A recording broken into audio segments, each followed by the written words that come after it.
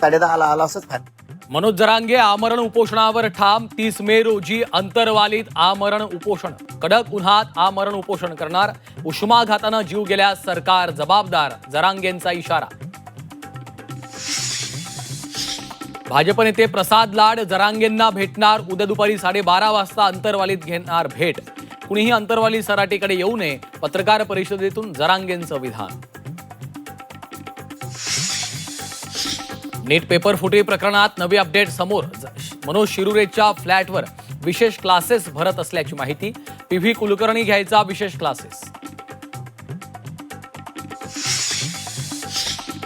सीएनजीच्या दरात पुन्हा वाढ. पुण्यात सीएनजी प्रति किलो 2.5 रुपयांनी महाग. नाशिकमध्येही सीएनजी महागला.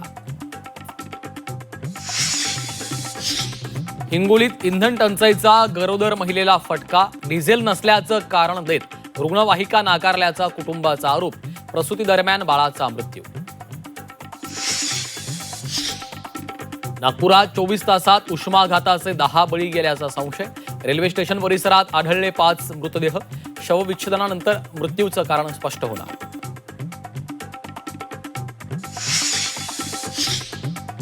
बंगळुरू आणि गुजरातमध्ये इबोलाचे 2 संशयित रुग्ण.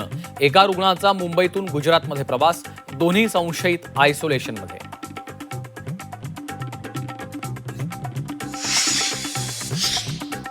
महायुतीत विधान परिषदेच्या नाशिक, संभाजीनगर आणि पुण्याच्या जागेवरून तिढा. नाशिक संभाजीनगरसाठी भाजप शिवसेनेत रस्सीखेच. पुण्यासाठी राष्ट्रवादी भाजप आग्रही. दिल्लीत अमित शहांची नेत्यांशी चर्चा. विधान परिषदेसाठी महाविकास आघाडीच्या जागा वाटपाचा फॉर्म्युला ठरल्याची माहिती.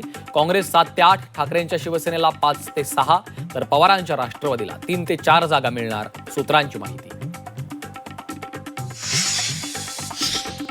आदित्य ठाकरेंचा आक्रमक पवित्रा. ग्रीन झोनसह सुधार समितीच्या 4 प्रस्तावांवर महापालिकेची माघार. मिलिंद नार्वेकरांच्या फडणवीसांना फोन नंतर शिंदेंना चेकमेट केल्याची चर्चा.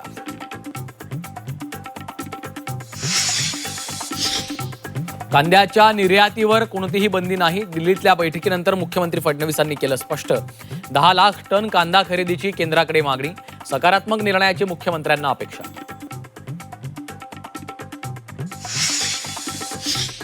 नाफेड कांदा खरेदीतील केंद्र वाटपावरून वादाची शक्यता. प्रमुख कांदा उत्पादक तालुक्यांना डावलून मर्जीतील केंद्रांना महत्त्व दिल्याचा शेतकऱ्यांचा आरोप. देशभरात बकरी ईदचा उत्साह. संवेदनशील भागात पोलिसांचा कडक बंदोबस्त.